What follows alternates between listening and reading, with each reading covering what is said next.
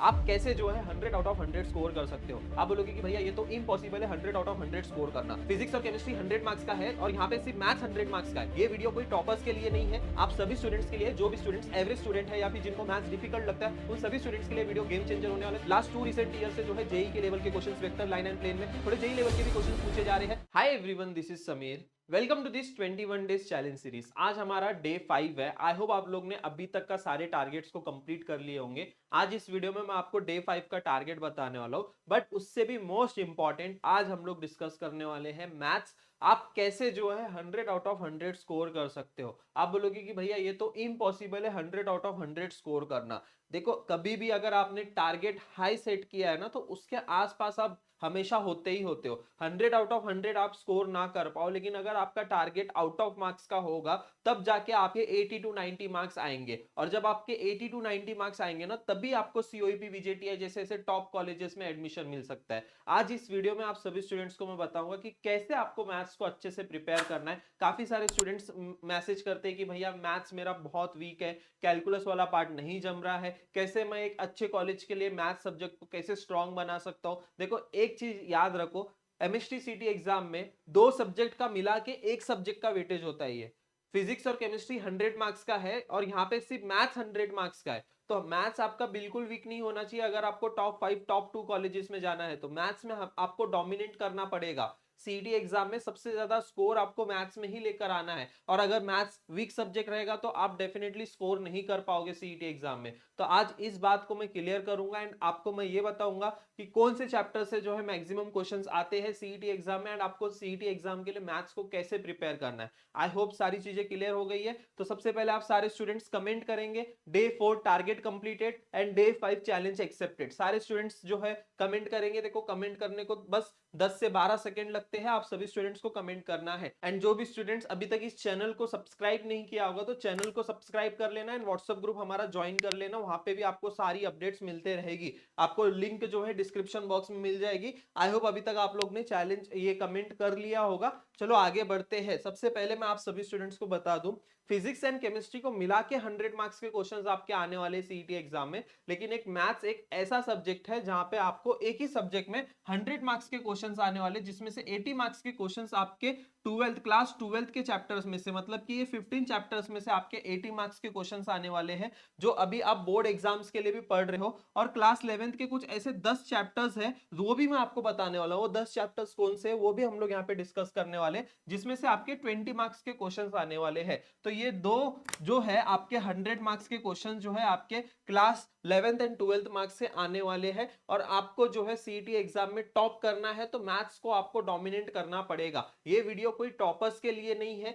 आप सभी स्टूडेंट्स के लिए, जो भी स्टूडेंट्स एवरेज स्टूडेंट है या फिर जिनको मैथ्स डिफिकल्ट लगता है, उन सभी स्टूडेंट्स के लिए वीडियो गेम चेंजर होने वाला है। तो वीडियो को एंड तक जरूर देखना। तो सबसे पहले मैं आप सभी स्टूडेंट्स को आज का टारगेट बता देता हूं, फिर उसके बाद आपको चैप्टर वाइज वेटेज बता दूंगा। आज आप सभी स्टूडेंट्स को ट्रिग्नोमेट्रिक फंक्शन ये चैप्टर को प्रिपेयर करना है। इससे पहले आपने मैथमेटिकल लॉजिक चैप्टर प्रिपेयर किया होगा, और इस चैप्टर में से one of the highest weightage chapter है। वेक्टर के बाद trigonometric function he one of the highest weightage chapter है, जिसमें से हर शिफ्ट में जो है नियर अबाउट 5 क्वेश्चंस पूछे गए। कितने? Near about 5 questions. तो मतलब कि ये 10 मार्क्स का वेटेज है। ये 10 मार्क्स आपके यहां से क्लियर हो जाएंगे, 10 मार्क आपके यहां से सिक्योर हो जाएंगे। तो 5 क्वेश्चंस आपके यहां से आने वाले, तो कोई भी टॉपिक को स्किप नहीं करना है एंड इसको बहुत अच्छे से प्रिपेयर करना है। तो अभी मैं आप सभी स्टूडेंट्स को चैप्टर वाइज वेटेज बता देता हूं, कौन से चैप्टर से कितने कितने क्वेश्चंस आते हैं। थोड़ा सा यहां सारे स्टूडेंट्स फोकस करेंगे। तो देखो, सबसे पहले जो है लॉजिक में से 2 या 3 क्वेश्चंस भी कभी कभी पूछे गए हैं, यानी कि यहाँ पे आपके 4 से 6 मार्क्स की प्रिपरेशन होती है। देन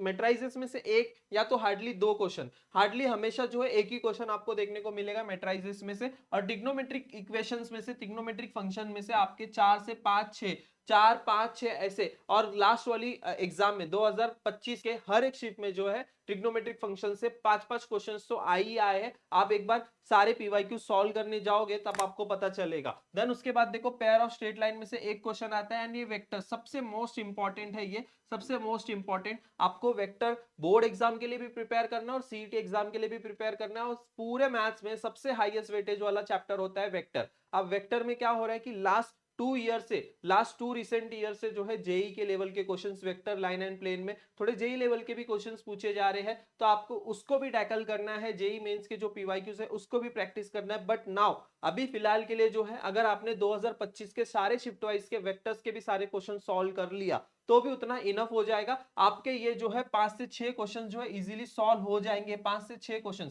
देखो ऐसा नहीं है कि 50 में से 50 क्वेश्चंस जो है वो पूरे के पूरे जेई के क्वेश्चंस आते हैं। 50 क्वेश्चंस में से हार्डली जो है ना आपके 4 से 5 क्वेश्चंस आपके जेई के होते हैं, बस 4 से 5 क्वेश्चंस। ठीक है, अब इसके लिए जो है आप बाद में प्रिपेयर कर सकते हो। इसके लिए जो है कैसे स्ट्रेटजी है वो मैं आपको बताऊंगा। 4 से 5 क्वेश्चंस ही होते हैं, वो आप बाद में भी जो है, आप यहाँ पे अगर आप तुक्का भी लगा लोगे 4 से 5 क्वेश्चंस में, तो एक या दो क्वेश्चन भी राइट आ गया और बाकी आपने 80 मार्क्स की प्रिपरेशन अच्छे से कर ली, यानी कि 40 मार्क्स क्वेश्चंस आपने सही से सॉल्व कर लिया, 40 क्वेश्चंस आपने सही से सॉल्व कर लिया, तो आपका 80 स्कोर ऐसे ही हो रहा है। एंड एक दो तुक्का भी राइट आ गया तो 85 तक का आपका स्कोर ऐसे ही जा रहा है। तो मतलब कि 99 परसेंटाइल यहाँ पे आपके फिक्स हो जाएंगे मैथ सब्जेक्ट में। उसके बाद लाइन एंड प्लेन में देखो 4 से 5 क्वेश्चंस आपके आएंगे, एलपीपी में से एक क्वेश्चन आपका पूछा जाएगा। अभी यहाँ से जो है सबसे मोस्ट इंपॉर्टेंट, ये देखो यहाँ से लेके डिफरेंशियल इक्वेशन तक, ये सबसे वेरी वेरी इंपॉर्टेंट मार्क करो, क्योंकि यहां से जो है लगभग आपके टोटल जो है यहां से लगभग आपके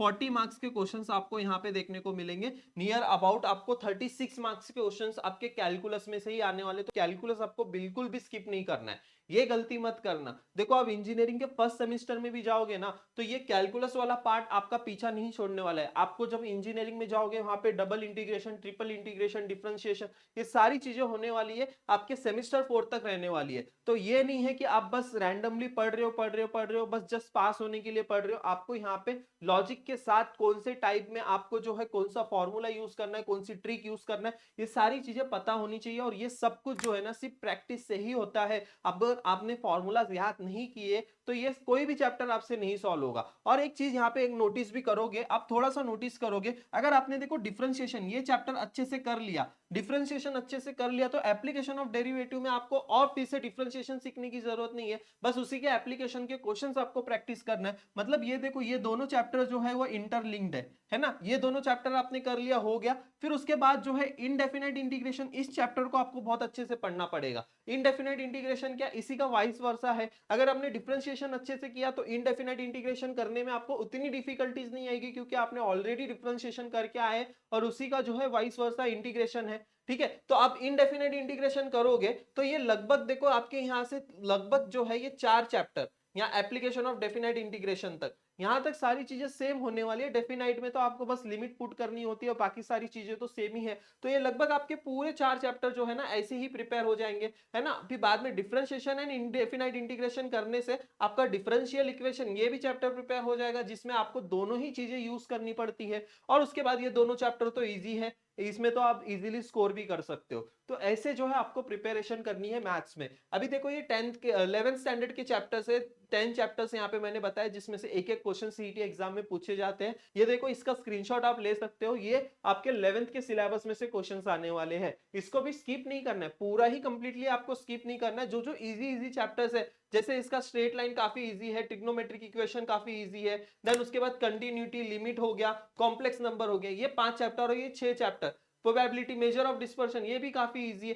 तो ये सारे इजी चैप्टर्स, मतलब कि 7 to 8 क्वेश्चंस, मतलब कि यहाँ पे भी 12 से 14 मार्क्स आप इजीली सिक्योर कर सकते हो ये सारे चैप्टर्स करके भी, और इसको ज्यादा टाइम नहीं लगता है प्रिपेयर करने को। बहुत सारे स्टूडेंट्स 11th के चैप्टर्स तो पूरा स्किप करते हो, पूरा स्किप करोगे तो आप आगे नहीं जा पाओगे, 99 परसेंटाइल आपके आएंगे। लेकिन देखो यहाँ पे ऐसी कंडीशन आप याद रखो हमेशा, भले आपके 99 परसेंटाइल आए, अगर आपने 11th के चैप्टर स्किप कर दिए और ऐसा कोई स्टूडेंट है जिसने 11th के चैप्टर्स भी प्रिपेयर कर लिया, तो उसका रैंक हमेशा अच्छा आएगा एंड उसको जो है चांसेस होंगे सीओईपी विजेटीआई कॉलेज में एडमिशन मिलने के, और आपके चांसेस नहीं होंगे, क्योंकि 99 परसेंटाइल स्कोर करने वाले लगभग 3000 बच्चे होते हैं।